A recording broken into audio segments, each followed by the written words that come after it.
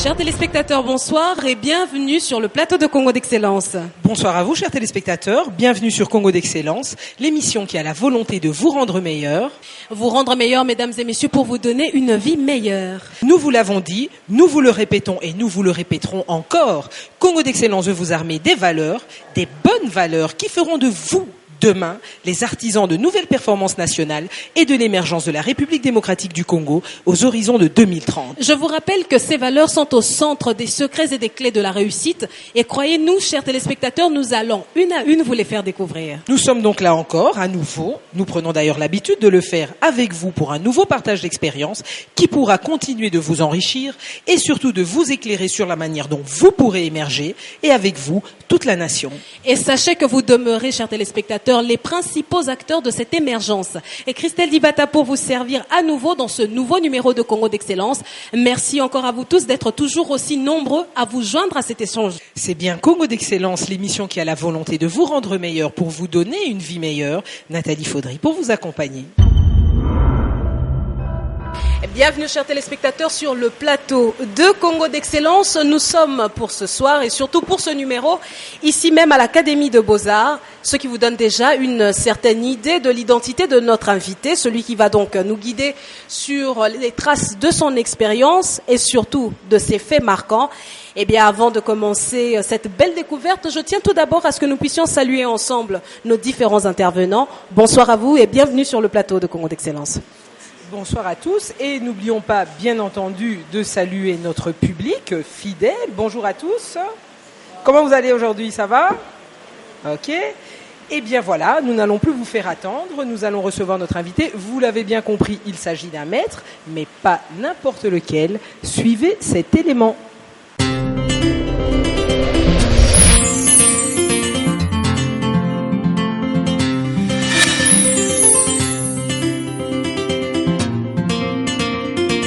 La République démocratique du Congo ne cessera d'étonner le monde par ses innombrables richesses.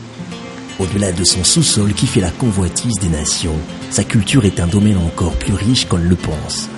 Ce pays à la dimension continentale a produit bien d'artistes dans tous les domaines, parmi lesquels Alfred Liolo.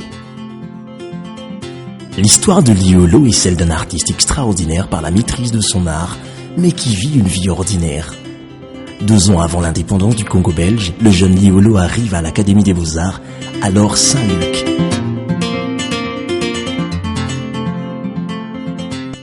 Le chemin de cet artiste congolais a croisé celui de plusieurs dans des circonstances bien particulières. Telle une œuvre d'art, le sculpteur de bronze n'a cessé de marquer d'une empreinte particulière ceux qui depuis longtemps le fréquentent et l'observent au quotidien. En 1963, âgé de 20 ans, le jeune artiste Liolo a introduit la sculpture de bronze dans l'art plastique congolais. Ce passage de la taille de l'ivoire à celle du bronze marquera un tournant décisif dans l'art plastique congolais et dans celui de ce jeune homme de Bolobo. Dès cet instant, Liolo donne naissance à un nouveau courant dans l'art plastique congolais. Le bronze passion voit le jour. Depuis 50 ans, une véritable complicité s'est établie entre Liolo et le bronze. Dans son art, Liolo a exploité de manière aussi évidente le thème de la femme. Longtemps attaché à sa mère, Liolo présente la femme dans plusieurs facettes. De la maraîchère à la Moseka, la ponceuse à la pêcheuse Lokele, toutes transmettent une émotion bien particulière. À 70 ans de vie sur Terre et 50 ans de sculpture, l'homme continue à braver le feu pour s'exprimer à travers le bronze. La dernière grande œuvre de Liolo, consacrée à Patrice Emery Lumumba, ne laisse pas indifférent le commun des Congolais, ainsi que la famille biologique de ce héros national. Porteur de l'étendard congolais, au-delà des frontières nationales, Liolo est l'un des ambassadeurs méconnus de la culture de la RDC. Au bout de 50 ans de carrière de ce fils du pays, les spécialistes sont unanimes sur le fait que l'histoire de l'art au Congo ne peut s'écrire sans le nom d'Alfred Liolo. Eh bien, mesdames et messieurs, accueillez Maître Alfred Liolo.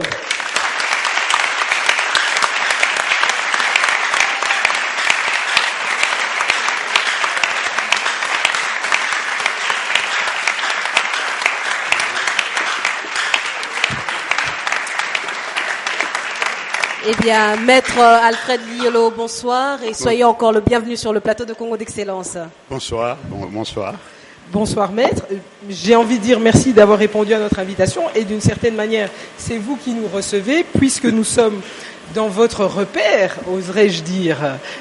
Merci également de m'avoir associé à cette grande fête et je crois qu'on va passer une belle soirée. Tout à fait. Alors, vous avez pu suivre le portrait, un peu comme vous jugez vos étudiants qui font des bustes. Le trouvez-vous ressemblant ?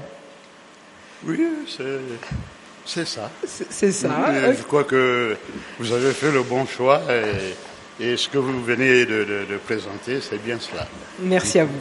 Alors, Maître Liolo, nous avons vraiment souhaité à ce que vous soyez des nôtres ce soir et j'imagine que ce choix est motivé par deux principales raisons. Tout d'abord, parce qu'aux yeux de tous, vous êtes un modèle non seulement de réussite, mais aussi un véritable socle sur lequel on peut se faire référence à l'harmonie et à la vivacité. Et c'est donc un honneur et un plaisir de vous avoir parmi nous. Et nous allons à présent entrer dans le vif du sujet et donc vous soumettre aux questions, je dirais, aiguisées de nos jeunes loups avides de connaissances. Et bien sûr, le premier thème que nous allons aborder ce soir avec vous, maître, c'est celui de la culture et des arts. Tout à fait. Personne ne sera évidemment surpris que ce thème vous soit cher, même très cher. Mais en plus, il apparaît clairement que vous avez la conviction que la culture et l'art sont des valeurs essentielles au développement d'une société épanouie. Vous serez parmi d'ailleurs les artistes qui vont inciter le maréchal Mobutu à adopter le recours à l'authenticité, notamment en l'amenant à remplacer les œuvres, je dirais les copies des œuvres des grands artistes occidentaux par des œuvres d'artistes congolais comme vous. Et alors ceci va faire prendre conscience aux leaders de l'époque, non seulement de la richesse de notre patrimoine culturel. On rappelle tout de même que la République démocratique du Congo a des différentes sortes de statuaires directement liées à la diversité des ethnies, mais il y a aussi l'importance de la valorisation de cette culture.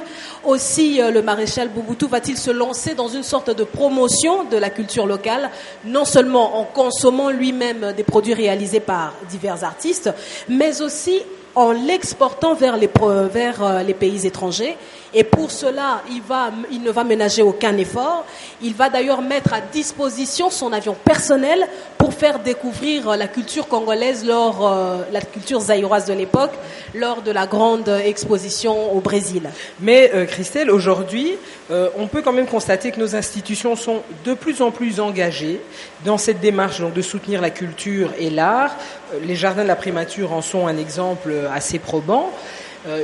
On y retrouve un magnifique Lumumba. Justement, comment a-t-il atterri là-bas en 3 ans? Non, mais vous savez, dans notre pays, Dieu merci, nous avons quand même des gens qui ont la vision, qui perçoivent les choses autrement. Lumumba fut un grand monsieur. C'est presque l'énigme dans notre pays. Alors, l'actuel Premier ministre, qui est M. Matata Ponyo, il y a certaines choses qu'il voit que les autres n'ont jamais vues.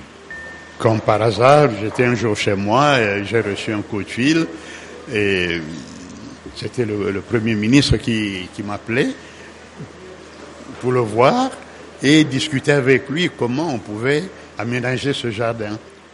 Ce beau parc qui est juste à la primature, il avait trouvé qu'il était nu, ce parc.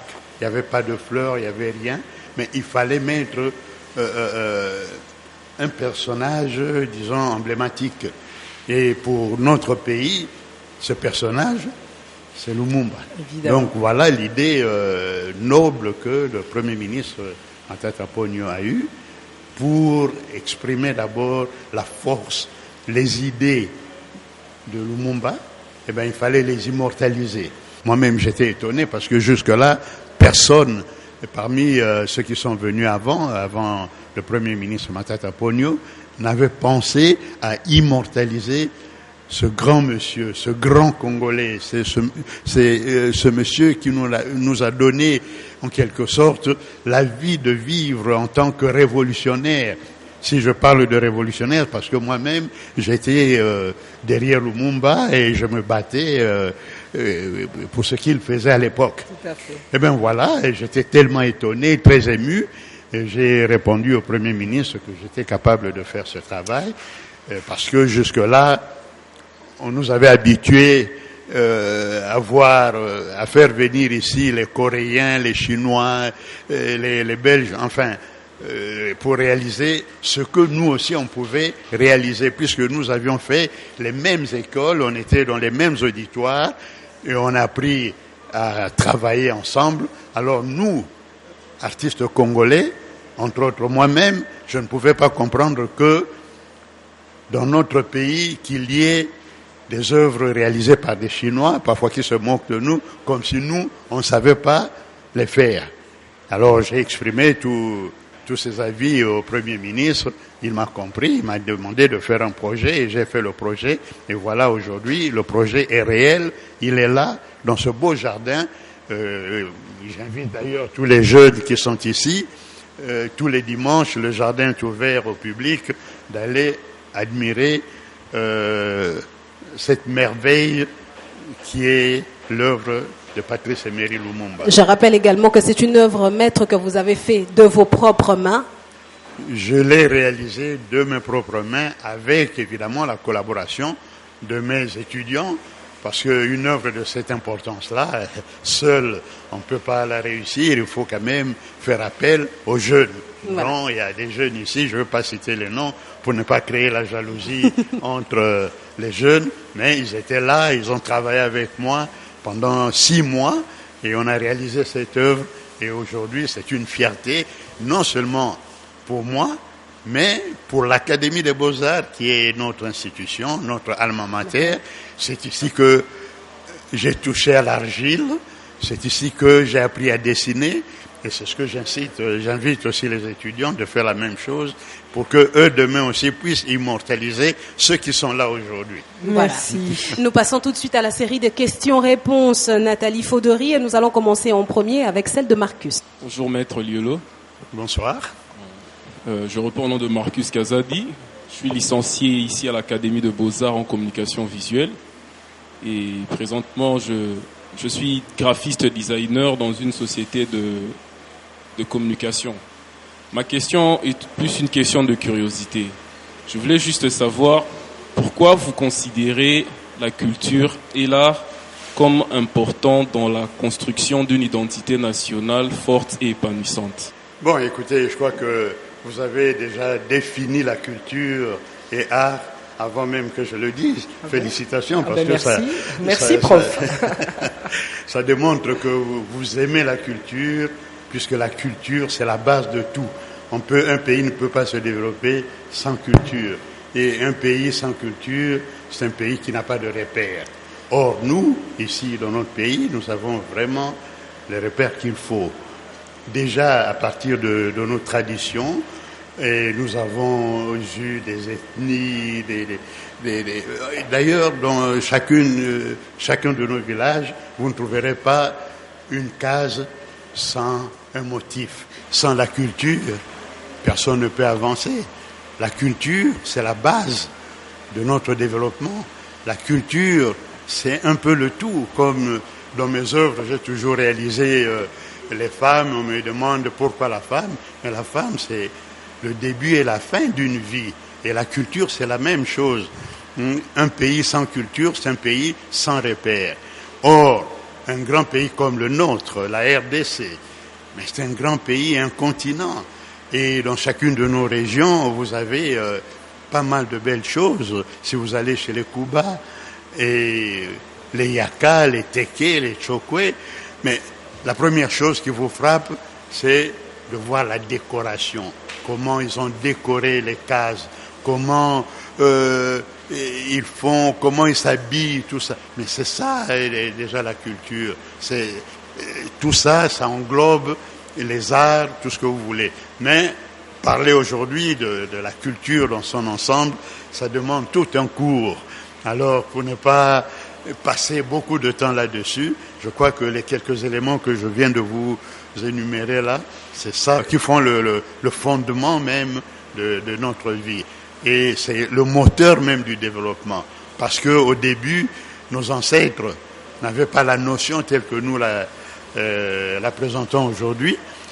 Le vieux du village, chez les Yaka, les Téké, les Kouba ou quoi, eh ben, il se réveillait, il trouvait un morceau un tronc d'arbre, eh ben, il ramassait ce tronc d'arbre avec des outils rudimentaires, il essayait un peu de créer quelque chose, il chantait, il rigolait, mais à la fin de compte, c'était devenu une œuvre d'art. C'est ça qui est très important. Et aujourd'hui, on reconnaît ce grand pays, bien que nous n'avons pas de musée ici au pays.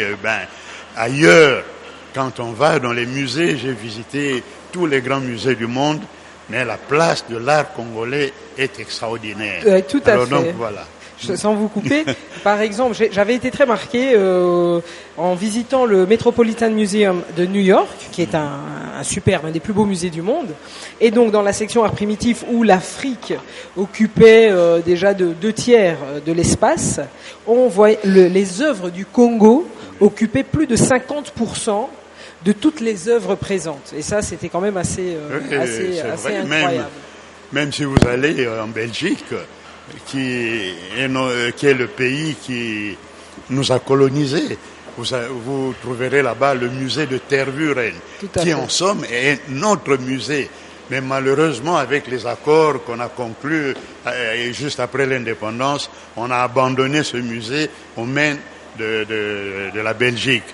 Mais vous trouverez, et j'ai trouvé moi-même, j'ai montré à mes enfants une des presses de l'époque, des œuvres de l'époque qui venaient un peu de partout, qui se trouvent là-bas alors que les gens de chez moi n'ont jamais vu ces œuvres. Et là, évidemment, nous aurons beaucoup à parler là-dessus. Et quand nous aurons encore une autre émission, et c'est pour vous dire, vous les jeunes, que vous avez du pain sur la planche. Vous pouvez vraiment faire quelque chose pour que on nous retrouve, nous, les artistes congolais, en partant des aînés comme le vieux Loufoua, le vieux Mankana, Maître Ndamvu, Maître Tamba, tout ce que vous voulez, qu'on les retrouve quelque part. Or, aujourd'hui, on n'a pas de référence sur ces grands artistes que nous avions connus. Encore moins de nos ancêtres, parce que là, ils signaient pas leurs œuvres, ils savaient même pas que ça allait devenir des chefs-d'œuvre aujourd'hui. Et bien voilà le problème. Vous l'avez dit, ils ont du pain sur la planche. Je voudrais aussi préciser à nos téléspectateurs qu'il y a quand même pas mal d'animations et de bruit dans cette salle, puisque nous sommes dans l'atelier de sculpture et de céramique, et qu'au moment où nous sommes en train d'enregistrer cette émission, les étudiants sont en train de travailler, d'où cette animation et ce caractère assez vivant qui nous entoure. Alors, nous passons maintenant à la question de Claver. Bonsoir, Maître Liolo. Bonsoir. Claver Nakebadio, opérateur culturel formé à l'INA. J'ai 2 petites questions à vous poser.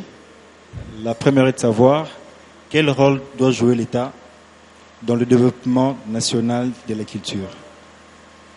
La deuxième question, Alfred Liolo, ministre de la Culture. Quelles sont ses priorités?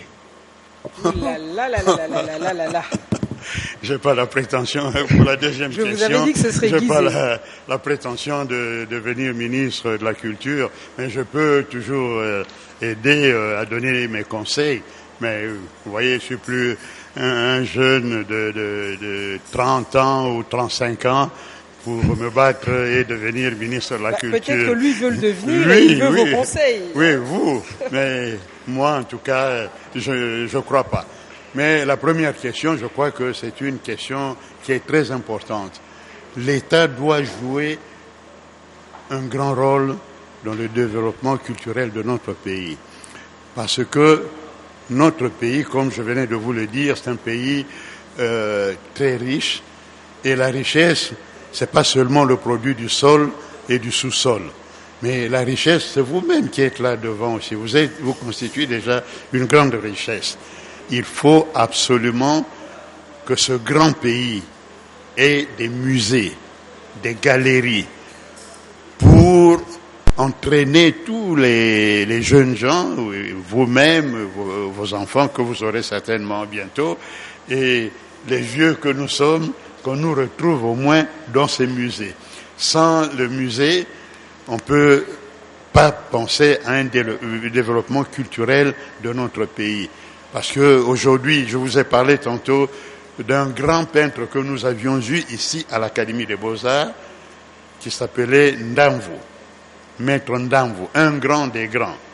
Et c'est lui qui a réalisé les fresques que vous trouverez un peu partout dans les grandes résidences, dans les somptueuses résidences de notre pays.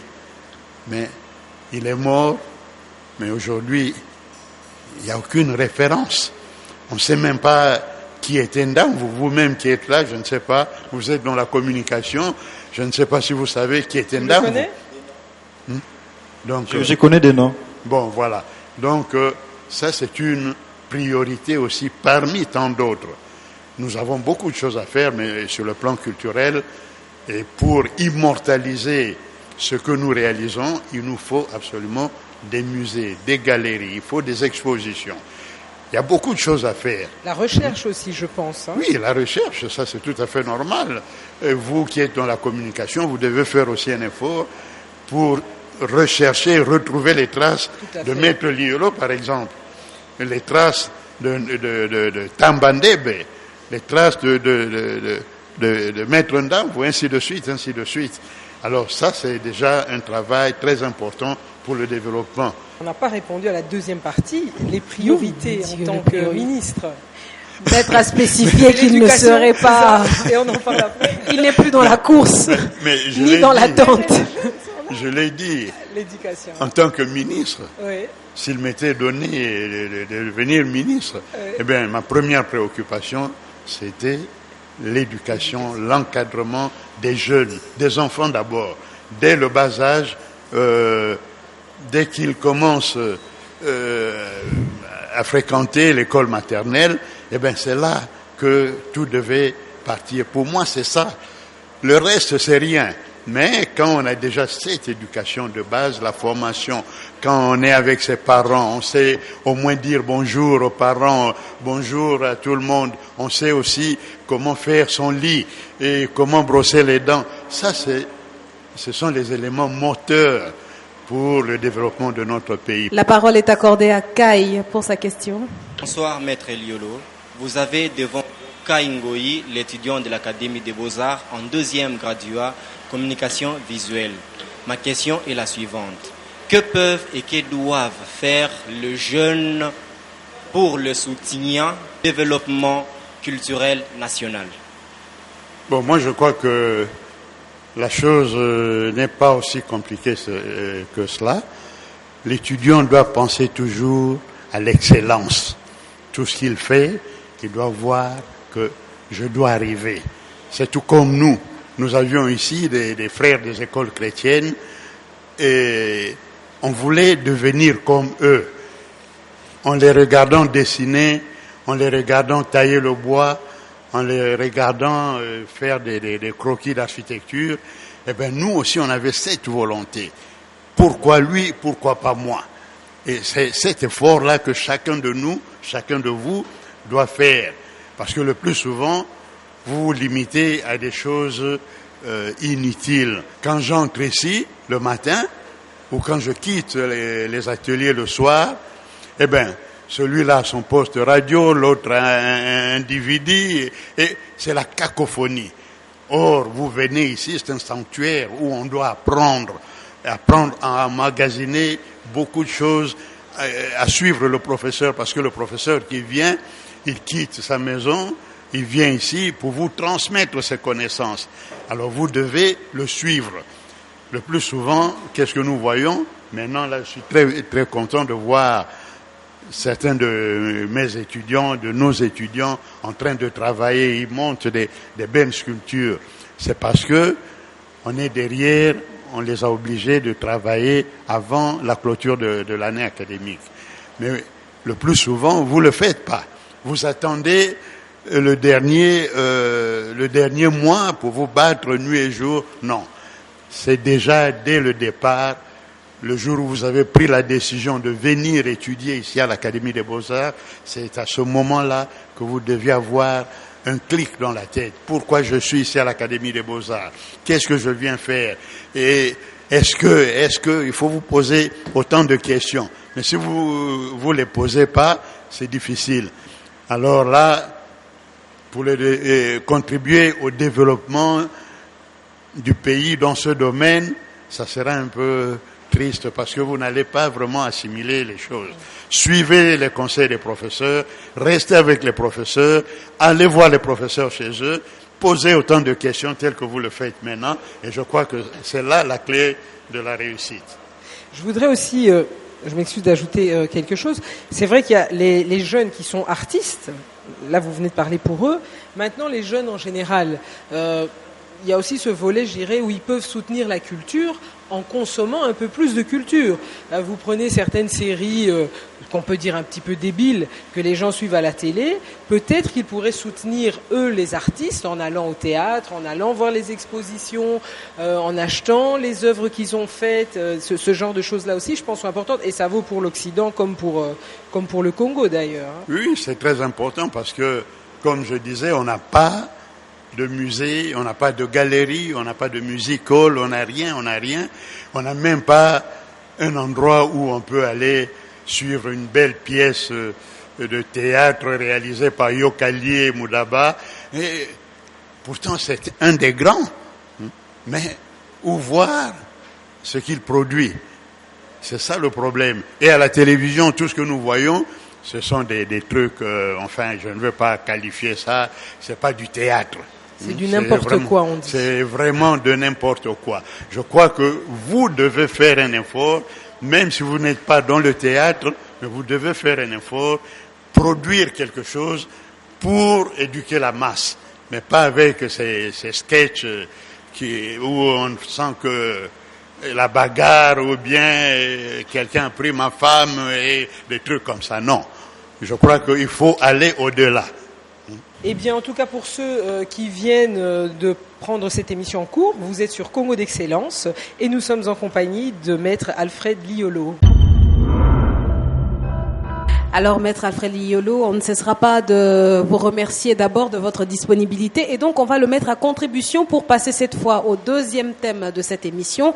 Et je crois d'ailleurs que c'est un thème qui aborde un volet un peu plus personnel de votre vie, car il en a vraisemblablement façonné votre façon de voir les choses.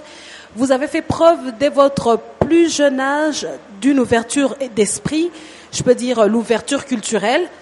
On pourrait qualifier ça de curiosité, mais vous ne la considérez pas seulement comme une valeur très importante, mais vous avez appris à vivre avec la curiosité et ça d'une manière très intense depuis votre jeune âge. Ça peut d'ailleurs être considéré comme paradoxal pour un homme qui est considéré comme un pilier de la culture nationale. Mais c'est peut-être cette ouverture qui vous a appris à aimer encore plus votre pays et votre culture. Alors du point de vue de l'ouverture, ça va commencer quand même assez tôt, puisque votre papa vous envoie faire vos études primaires à Brazzaville. À l'époque, il a la volonté de vous mettre plus au contact des Occidentaux, pensant que cela peut enrichir votre éducation, ce qui était très difficile dans le Congo belge, beaucoup plus facile dans le Congo Brazza. C'est ainsi que vous allez partir donc assez jeune. Votre père, semble-t-il, était donc lui-même aussi un homme assez ouvert d'esprit qui va vous initier au voyage. Et d'ailleurs, plus tard, lors de vos études, notamment votre arrivée ici à Kinshasa, à l'Académie de Beaux-Arts, c'était en 1958, c'est encore cette ouverture d'esprit qui va en quelque sorte vous rapprocher du frère Marc Walenda, qui, rappelons-le, est le fondateur de l'Académie de Beaux-Arts. Cette soif d'ouverture va également vous conduire à aller poursuivre vos études à l'étranger, en Autriche plus précisément, une terre lointaine, mais où vous allez faire une de vos plus belles rencontres, puisque 45 années après, on constate toujours cette même complicité qui vous unit. Eh bien, c'est également en Autriche où vous allez rencontrer justement celle qui deviendra la mère de vos enfants. On sent en vous que la curiosité n'est pas seulement un mode de vie, mais c'est aussi une source d'inspiration et même une source de bonheur. Ceci ayant été dit, je ne peux que dire Amen, n'est-ce pas? Et nous allons passer la parole à nos intervenants, Christelle. On va donc commencer par Mélina et je rappelle également que Mélina est l'unique étudiante en sculpture de votre classe.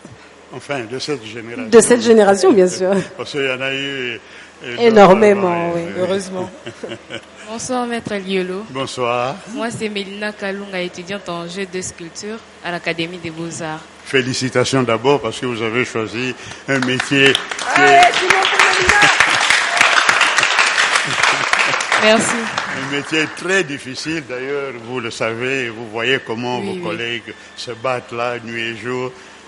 J'attends votre question.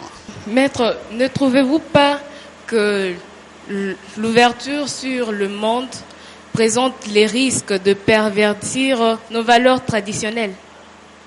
Bon, écoutez, ça c'est un phénomène qu'on ne peut pas éviter. Hein. C'est une pique qu'elle vous envoie là, peut-être, je ne sais pas. Mais vous savez, nous sommes dans un monde qui s'ouvre, un monde, c'est pas, il y a une appellation spéciale là-dessus. Mais nous devons, d'une manière ou d'une autre, rester authentiques. Il faut s'adapter au courant moderne. Mais en ce qui nous concerne, nous les artistes, nous avons aussi notre identité. Demain, quand vous allez commencer à organiser des expositions, petit à petit, on vous retrouvera à une exposition, 2 expositions, on dira, mais ça doit être Mademoiselle X, parce que j'ai visité son exposition il y a 2 ans, elle travaillait comme ça, et puis maintenant, elle s'oriente autrement. Moi, je crois que c'est là la situation des artistes. Donc, s'ouvrir au monde extérieur, il n'y a pas de problème. Mais seulement, il ne faut pas imiter le monde extérieur, parce qu'aujourd'hui, on vous fait des œuvres qu'on n'arrive même pas à comprendre. Nous, ici au pays, nous cherchons plutôt à vous transmettre une formation où vous devez devenir vous-même patron demain, maître de vous-même également, et vous battre, surtout vous battre en travaillant. Comment se battre? Mais il faut travailler nuit et jour. Ne croyez pas qu'en voyant Maître Liolo maintenant, c'est un monsieur qui est parti comme ça là. Non, je suis parti, comme madame l'a dit, de mon petit village au bord du fleuve Congo. De là, mon père n'était pas satisfait de me voir tout le temps à ses côtés. Il m'a envoyé à Brazzaville. Pourquoi Brazzaville? Je vais brièvement vous expliquer ça parce que au Congo-Brazzaville, c'était la République qui dépendait des Français. Les Français n'avaient pas la discrimination comme nous ici au Congo-Kinshasa, à Léopoldville. Là, on cohabitait. Le Congolais de Brazzaville allait dans les mêmes latrines que le Français. Le Français allait dans les Kikoso comme le Congolais. Et voilà, c'était ce mélange-là. Et je crois que mon père, peut-être à cette époque, avait une autre vision. Et en quittant là-bas, je suis arrivé à l'académie. Et de l'académie, je suis allé en Europe. Et ben voilà un peu le chemin. C'était pour arriver à me façonner et à devenir ce que je suis aujourd'hui. Et c'est ce que je souhaite aussi pour vous autres. Il faut travailler. Et depuis que j'ai quitté l'Académie des Beaux-Arts de Vienne jusqu'à aujourd'hui, ceux qui me connaissent, ceux qui me côtoient, ils trouvent toujours que ce monsieur ne se fatigue pas. Il travaille nuit et jour. Je suis enseignant, je viens ici dialoguer avec vous autres ici, vous transmettre mes connaissances, mais à la maison, je travaille, je ne me repose pas. Donc, c'est ça ma réussite en quelque sorte, que vous devez aussi essayer de vous battre demain. Donc une réussite, maître, si je peux revenir sur vos propos, une réussite où la découverte, je peux dire la curiosité, l'ouverture au monde y a également apporté sa part de contribution. Oui, il a découvert la culture du travail, oui. C'est ça que vous nous dites dans terre germanique, je ne sais pas.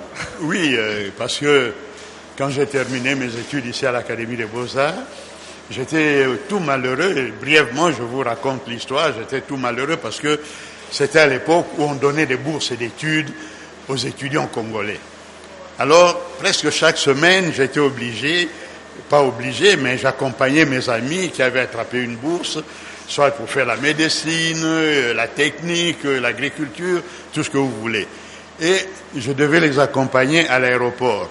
Et à la fin de compte, je me retrouvais seul parce que tous mes amis étaient partis. Et moi, en tant qu'artiste, il n'y a aucune ambassade qui voulait me donner une bourse d'études. Donc, j'étais tout malheureux. Jusqu'au jour où j'ai rencontré l'ambassadeur, le consul d'Autriche, et en dialoguant avec, il a dit non, je peux vous aider, mais vous devez faire autrement.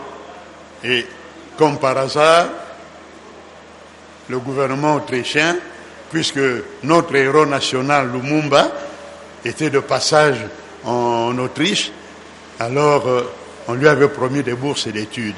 Et voilà, les 15 bourses sont arrivées, et le consul me dira, écoutez, j'ai des bourses ici, mais il n'y a rien pour toi. Pour les beaux-arts, il n'y a rien. Ce n'est pas une priorité pour le pays. Mais j'étais un peu astucieux. Je lui ai dit, bon, quelles sont ces bourses? Il y a des bourses pour la médecine, tout ça. Il y a l'agriculture. Moi, j'ai dit, ah, il y a l'agriculture. Mais mettez-moi en tant qu'agriculteur. Parce que je suis dans le domaine de la culture. Ah, mais non, mais là-bas, comment vous allez faire? Et puis, finalement, il a adhéré à cette idée-là. Et j'ai rempli les papiers, tout ça. Et voilà que j'arrive en Autriche en tant qu'agriculteur. Et là-bas, on me reçoit, bon, étudiant en agriculture. Mais j'ai dit non. Et là, moi, j'ai fait les beaux-arts, je suis sculpteur. Donc, je veux devenir sculpteur. Ah non, mais dans les conventions, il n'y avait pas ça. Mais finalement, il y avait un monsieur qui dira, bon, écoutez, vous êtes déjà là, on ne va pas vous remballer au pays, mais comme vous avez fait l'Académie des Beaux-Arts de Kinshasa, le niveau de l'Académie ne correspond pas à l'Académie des Beaux-Arts de Vienne, et on va vous envoyer dans une province. Je suis allé dans une province, la deuxième ville la plus importante après Vienne, et là, mes professeurs étaient épatés, étonnés de voir que j'avais beaucoup plus de connaissances que mes collègues que j'avais trouvés, mes collègues européens, parce que j'étais l'unique Congolais à être inscrit dans cet institut, dans cette école. Et voilà, après 2 ans, ils ont dit non.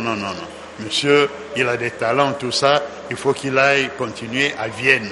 C'est comme ça que je viendrai à Vienne, où j'ai fait 4 ans non-stop, avec une bourse d'études non-stop également. Donc voilà, c'est cette volonté d'aller de l'avant. Et c'est cette volonté que je recommande aussi à la jeunesse. Il faut vous battre. Le reste, ça viendra après. Moi, aujourd'hui, bon, je peux franchement vous dire que je ne regrette rien d'avoir choisi le métier de sculpteur et devenir aujourd'hui un personnage que vous appréciez. Et pas comme les autres qui vous chantent du matin au soir de n'importe quoi, mais nous laissons des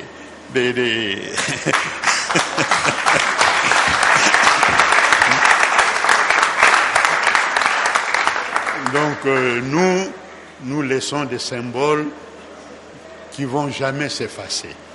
Et vous, les jeunes artistes, battez-vous pour devenir demain comme moi. Voilà. Merci.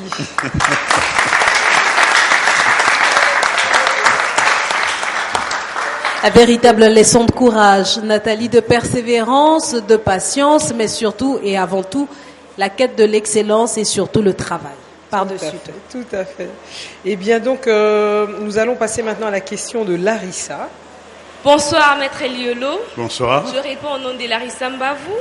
Je suis graduée en journalisme et actuellement, je suis journaliste et reporter de l'agence de multimédia Pictogramme.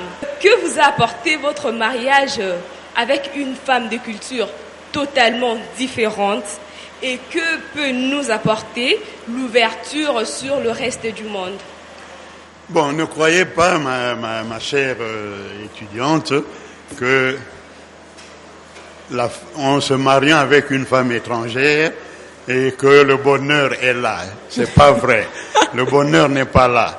Mais dans tout ça, c'est question de cœur. Il faut savoir choisir. Et évidemment, parfois on fait un mauvais choix. Mais pour moi, c'était peut-être ce qu'on dira une prédestinée. J'ai connu ma femme qui est avec moi depuis plus de 40 ans. On était encore des étudiants. Moi, je suis arrivé, un nègre de l'Afrique centrale qui arrive dans un pays aussi développé, le pays de Mozart, le pays de Haydn, le pays de Beethoven. Moi qui ne connaissais rien, moi qui courais derrière les antilopes, eh bien voilà. Et voilà, je me retrouve dans un pays où il y a des buildings, il y a des trams, il y a tout ce que vous voulez. Et je me disais, ouf. Mais voilà qu'un jour, on se retrouvait dans un foyer d'étudiants pour apprendre la langue, tout ça. Et j'ai eu le courage d'aborder cette demoiselle. Et au-delà de la langue est née autre chose. Ça va venir. Alors, bon, on a bavardé, tout ça. Et je lui ai demandé de m'aider à apprendre l'allemand et puis elle le français petit à petit. Et voilà, c'est parti. Et depuis ce jour, on est toujours ensemble. Elle a terminé ses études, moi j'ai terminé les miennes. Et je devais rentrer au pays. Mais avant de rentrer, mon professeur, qui m'avait beaucoup soutenu à l'Académie des Beaux-Arts de Vienne, avait trouvé en moi des qualités d'un étudiant qui avait quelque chose à donner. Alors il m'a demandé si je ne pouvais pas être son assistant. Eh bien, être assistant, là-bas c'est bon, hein, parce que ça paye bien d'abord, et puis c'est pas comme dans d'autres cieux. Alors voilà, j'ai dit oui, ok, je reste ici, puisque j'ai mon job, j'ai pas de problème. Mais voilà qu'un jour, j'apprendrai à la radio que le nouveau président de l'État congolais fait une tournée en Europe.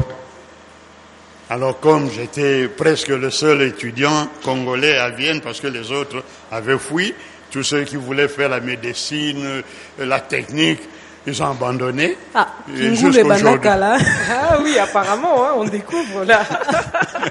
Jusqu'aujourd'hui, je ne sais pas dans quel trou ils vivent en Europe. Dans quel bar ils traînent, c'est ça la question. Ils n'ont pas terminé les études, ils sont là, des étudiants éternels.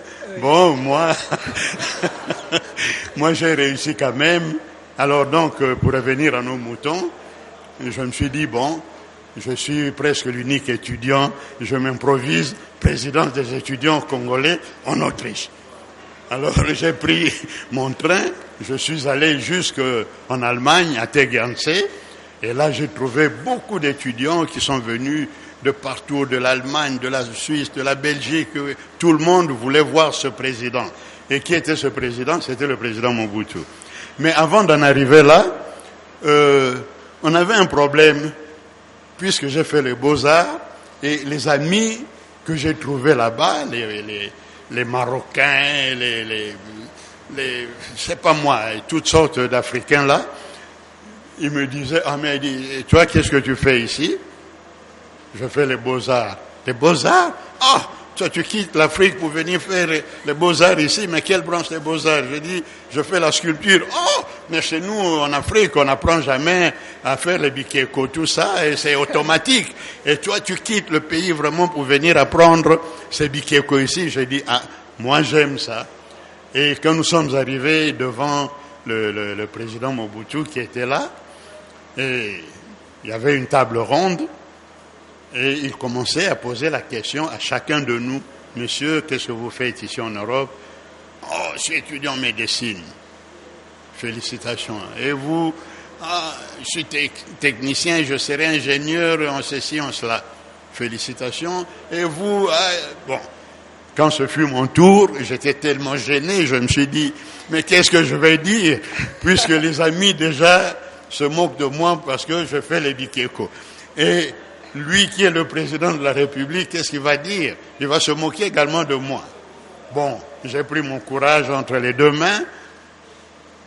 Quand ce fut mon tour, je disais, monsieur, je dis oui, j'ai pris un terme vague, parce que je savais peut-être qu'il n'avait pas beaucoup d'inspiration. J'ai dit, bon, moi je fais les beaux-arts. Il me regarde, il me dit, tiens, les beaux-arts? Je dis oui. Quelle branche des beaux-arts? J'ai dit la sculpture. Oh, mais c'est très bien. Vous connaissez Maître Ndamvu? J'ai dit oui, c'est un collègue qui a étudié avec moi à l'Académie de Kinshasa. Lui, il est à Liège, moi je suis en Autriche. Ah, eh bien, si vous ne savez pas, Maître Ndamvu est déjà à Kinshasa. Il travaille, c'est lui qui décore toutes les façades de la ville de Kinshasa. Eh bien, faites vite. Si vous terminez, eh bien, regagnez le pays pour la reconstruction du pays dans ce domaine-là. Et je vous assure, mes chers jeunes étudiants, j'étais l'homme le plus heureux parce qu'il y avait la sueur qui commençait par là et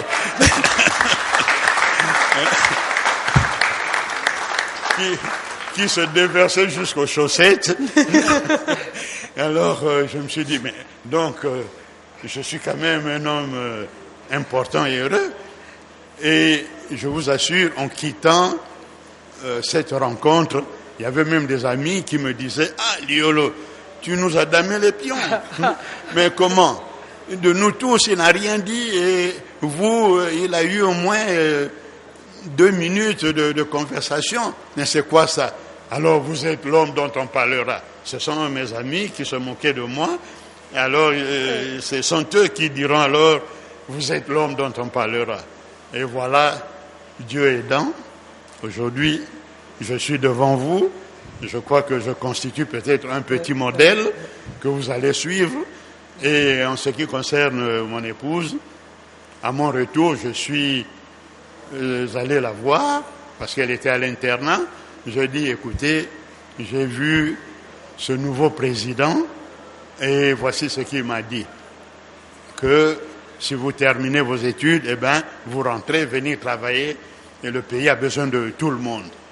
Alors j'ai dit à mon épouse, qui est aujourd'hui mon épouse, je lui ai dit... Votre fiancée donc à l'époque? À l'époque c'était ma fiancée. Et puis elle a dit, bon, si tu crois qu'on peut rentrer, c'est bon. Mais tu dois savoir que j'ai jamais été en Afrique, je connais pas l'Afrique, encore moins votre pays, mais comment je vais vivre là-bas? J'ai dit, ah, chez nous, on mange les chenilles, on mange les makelele et tout ça, et tu vas t'habituer. Elle a dit, bon, si vous mangez ça et que vous tenez encore le coup, vous vivez, eh bien, il n'y a pas de raison que moi je ne puisse pas les manger. Eh bien, voilà, j'ai même pas mis, j'ai terminé mon stage en muséologie à Vienne, et puis je me suis dit, on part. J'ai pris une semaine, je suis arrivé ici une semaine avant, et puis la semaine qui suivait, elle est venue vraiment dans le noir, parce qu'elle n'a jamais vu l'Afrique, et jamais vécu avec les Africains, parce qu'en Autriche, l'Autriche n'a jamais eu de colonie. Donc voilà la situation. Elle est arrivée, eh bien c'était pas facile, hein, ça je vous le dis, parce qu'on habitait une petite chambre à Bandal, et avec mon cousin, et on était là 3 sur le lit, et deuxièmement, on allait en toilette, c'était pas les toilettes comme là-bas, où on arrive, on peut même manger sa banane, mais là, vous y allez, vous avez les antennes qui sortent. Et ces antennes, c'était quoi? Les cancrelats, et puis... Bon, voilà. Alors là, une fois, elle a crié, presque tout le quartier avait su. Qu'est-ce qui a envoyé les Mundel au lieu de rester chez elle là-bas? Elle vient ici à Monaboy. Bon, ça fait rien. Elle a supporté, et voilà, nous sommes là, nous avons eu nos enfants ici.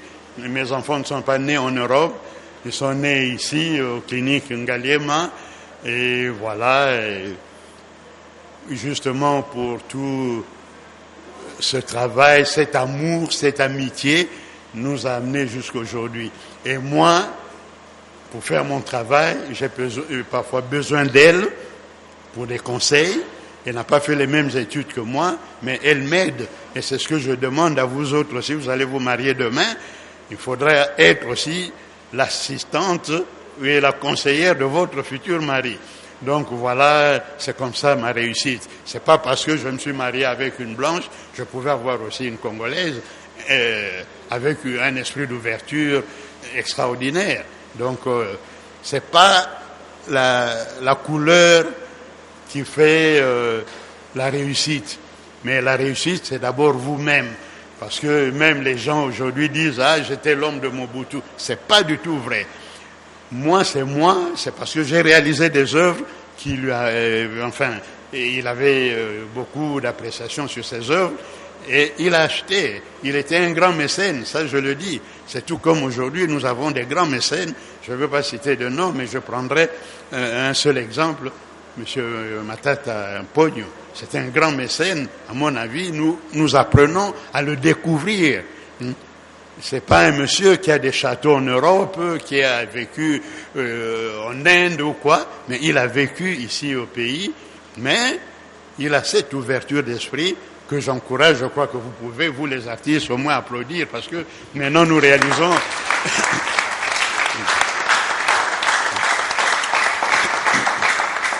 Nous réalisons des œuvres, il nous encourage, il achète et il immortalise nos anciens premiers ministres, même les coloniaux qui nous ont fouettés ici, mais il les immortalise. C'est l'histoire, on ne peut pas tronquer l'histoire. Et quand vous voyez les jeunes gens faire du modelage comme ça là, je crois qu'il faut les encourager. À cette heure-ci, et se battre avec l'argile pour donner la forme à l'argile, il faut avoir cette volonté. Et c'est ce que je souhaite aussi pour chacun de vous.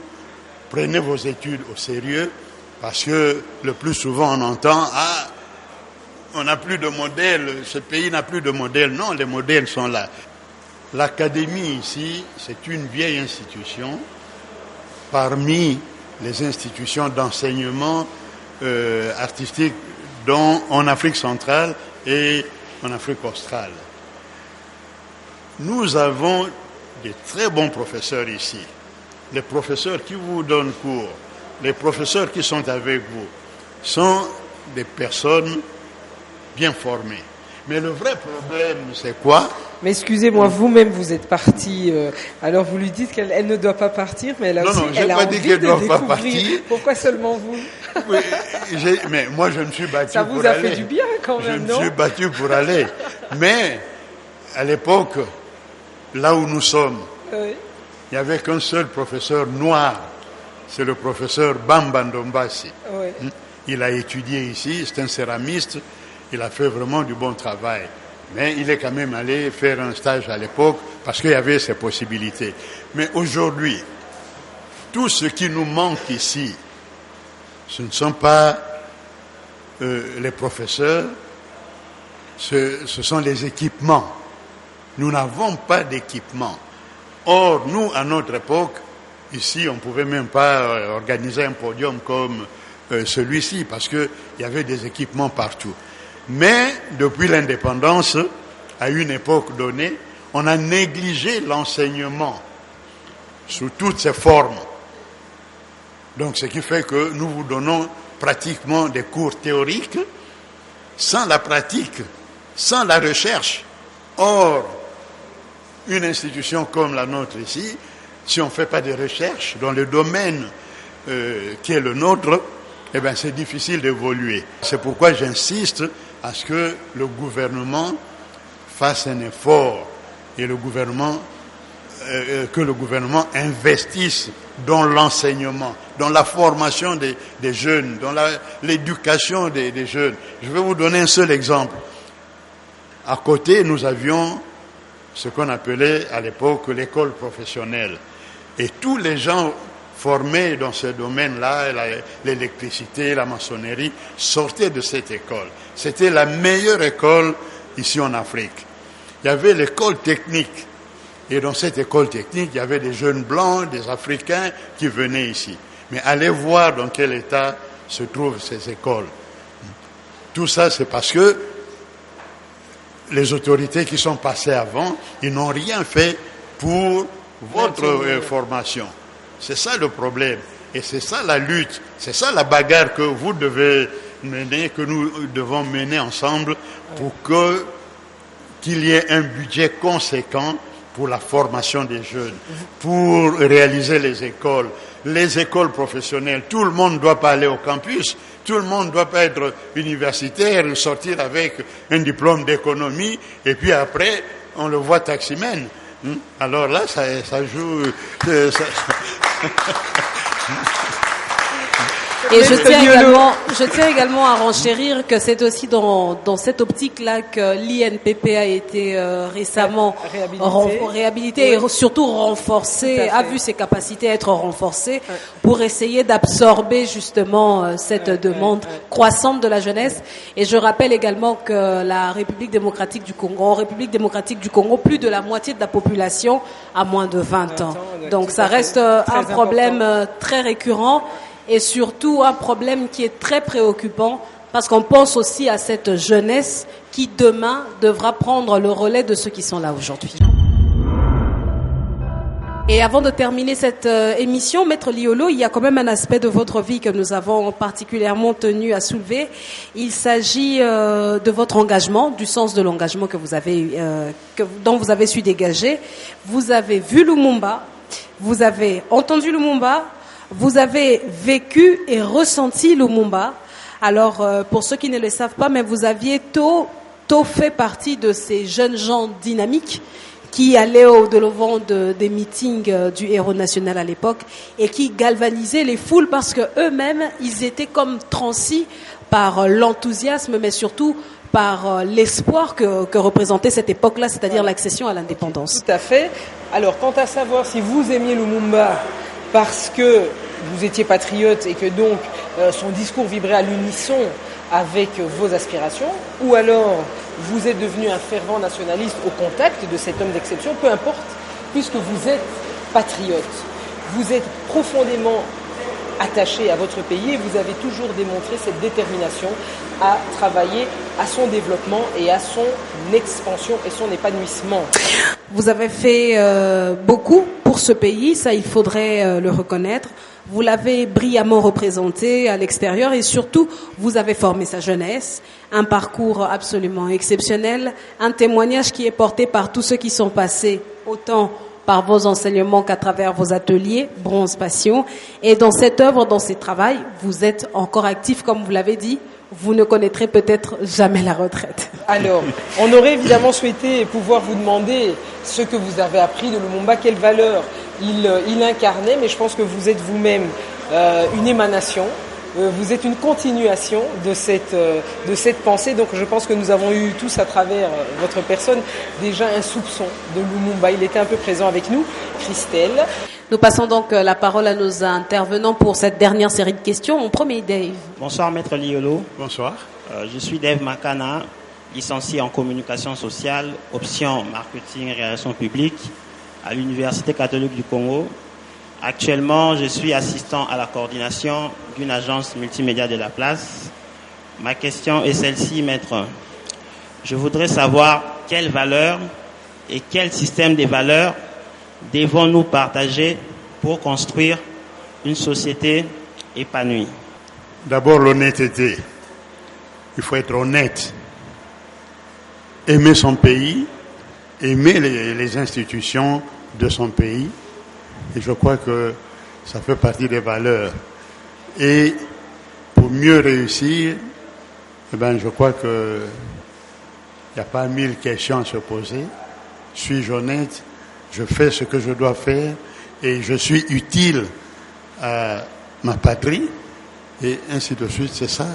C'est ça qui englobe un peu le tout. Merci à vous, Maître, pour cette réponse. Nous allons à présent passer la parole à Santa. Je réponds au nom de Santa Kakese Fatouma, étudiante à l'Académie des Beaux-Arts, 3e graduée en communication visuelle. Pourquoi y a-t-il pas assez d'amour entre les Congolais et que faire pour y remédier? Bon, pour moi, la question est facile. C'est d'abord de s'aimer. Parce que le Congolais ne s'aime pas.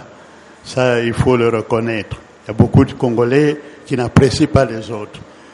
La demoiselle qui est à vos côtés, si vous êtes dans une même classe, si elle réussit, et vous allez dire pourquoi elle et pourquoi moi, il y a la jalousie et tout ça. C'est ça qui tue le Congolais. C'est de ne pas aimer son vis-à-vis. C'est ça. Mais à partir du moment où vous allez vous mettre ensemble, discuter, tout ça, je crois que la chose ira beaucoup plus facile. Il y a tellement de choses qu'on peut développer là-dessus, mais je me limite là. Il faut s'aimer. Il faut aimer son vis-à-vis. Il faut aimer aussi le prochain. Peut-être le voir comme un partenaire, une source d'enrichissement, et ça donnerait une raison de l'aimer. Voilà. Merci. Alors, la question à Jenny. Bonsoir, maître. Je réponds au nom de Jenny Bouiloukangi. Je suis licenciée en sciences commerciales et financières à l'Institut supérieur des commerces. Ma question est celle-ci. Je voulais savoir pourquoi aimez-vous tant le Congo? Pourquoi j'aime tant le Congo? Je suis congolais de naissance et de souche et de tout ce que vous voulez. J'aime bien ce pays. Vous voyez que je suis allé en Europe. Je ne suis pas resté là-bas. Je suis revenu parce que j'ai cet amour de transmettre, et je le dis et je le répète souvent, ce que vous n'avez pas eu l'occasion d'apprendre, et moi je vous l'apporte tout comme mes collègues. Et notre héros national, Emery Patrice Lumumba, c'est ce qu'il nous a enseigné à l'époque, d'être fier d'être congolais et faire tout en congolais. Mais j'avoue, maître, que vous avez tout de même eu l'occasion de partir, vous êtes revenu, et même si certains événements vous ont également contraint à laisser votre pays, vous êtes tout de même revenu. Et j'aimerais savoir, vous, en tant que maître, face à cette déception que peut générer un pays auquel on a tout sacrifié, comment est-ce que vous pouvez prendre ça? Comment vous continuez à l'aimer? Voilà, comment vous continuez à l'aimer malgré ça? Ah, mais continuer à l'aimer, c'est comme moi je suis parent. Si j'ai 3 enfants ou 4 enfants, s'il y a un qui dévie, je ferai tout pour le ramener au berceau, et je les aime tous, et on ne pourra pas me dire pourquoi vous aimez vos enfants. Mais c'est la même chose, pourquoi vous aimez le Congo? C'est mon pays. C'est mon pays, je suis fier de ça, je suis fier de son drapeau, de ses armoiries, de ses emblèmes. Voilà. Merci, maître. Je pense que la leçon est à prendre pour tous les spectateurs et téléspectateurs qui nous suivent et nous suivront encore. Vous êtes un homme de grands et nombreux accomplissements. On ne pourra pas parler de tous ici. Et surtout d'excellence. Vous nous l'avez encore démontré aujourd'hui. Donc nous aimerions, je pense avec l'accord de Christelle, qu'en conclusion, vous puissiez nous donner votre idée de l'excellence. Mon idée de l'excellence, elle est facile. Et elle est facile parce que chacun de nous vise l'excellence. Quand je travaille, je vois d'abord l'excellence. Je ne vois pas l'argent parce que les gens croient toujours que à Sali Bouekwa gagner un bon. Non. Je vois d'abord cette excellence, cette façon de m'acheminer vers le résultat et le bon résultat. Il ne faut pas s'arrêter en route, il faut viser toujours plus haut. C'est comme quelqu'un qui fait le javelot, mais il ne fait pas pour jeter là devant, mais il prend le recul et il lance son javelot ou sa flèche comme vous voulez. Et c'est ce point-là qu'il faut atteindre. Et c'est ce point-là qu'on peut dire c'est l'excellence. Et vous sortirez peut-être premier et avec de bons résultats, mais l'amour du travail d'abord.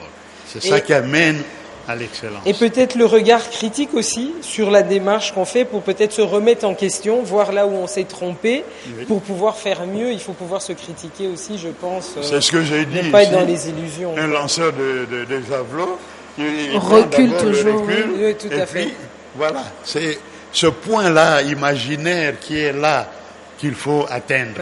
C'est ça l'excellence. Merci. Voilà, merci à vous, Maître Liolo, de votre présence, mais surtout des précieux conseils qui, nous l'avons vu, a galvanisé littéralement ce public.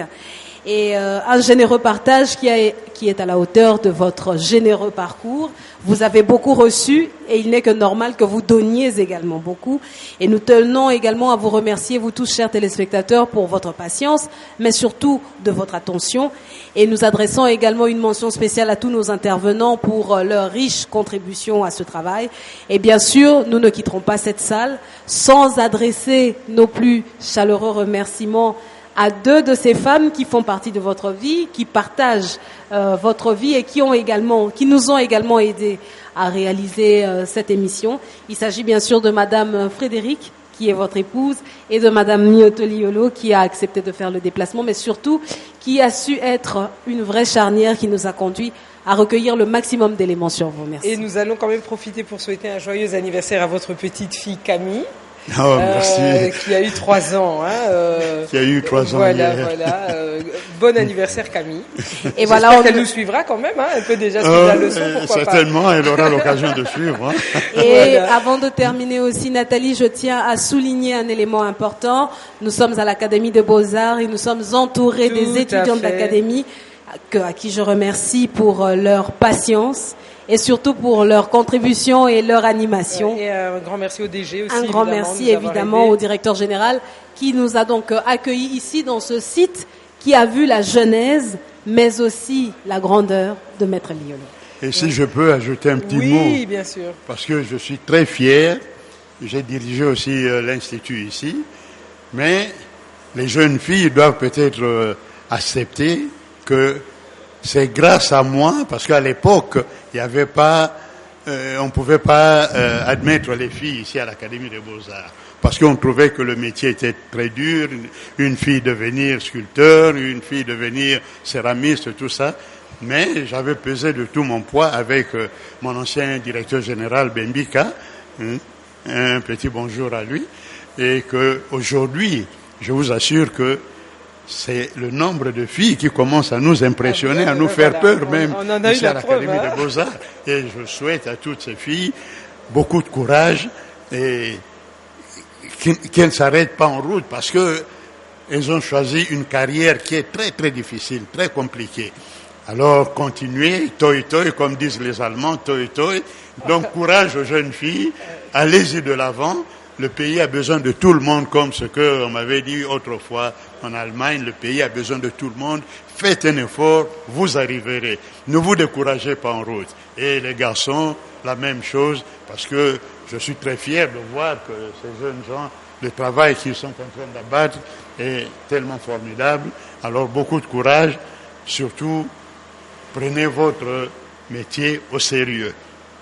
Merci beaucoup, merci, encore 1000 fois merci, Maître Liolo, pour cette douce et merveilleuse leçon de vie que vous avez daigné partager avec nous et avec toute la République du Congo qui va pouvoir nous suivre. Je pense que c'est vraiment important que les jeunes prennent très au sérieux tout ce qui a été dit, parce qu'il en va de leur destin, il en va de votre destin et de celui du pays. Et nous avons le droit, avec un tellement beau pays, de continuer de faire mieux et à chaque fois mieux. C'est l'objectif de Congo d'Excellence. Merci à vous tous, merci Christelle et à très bientôt. Merci à vous encore.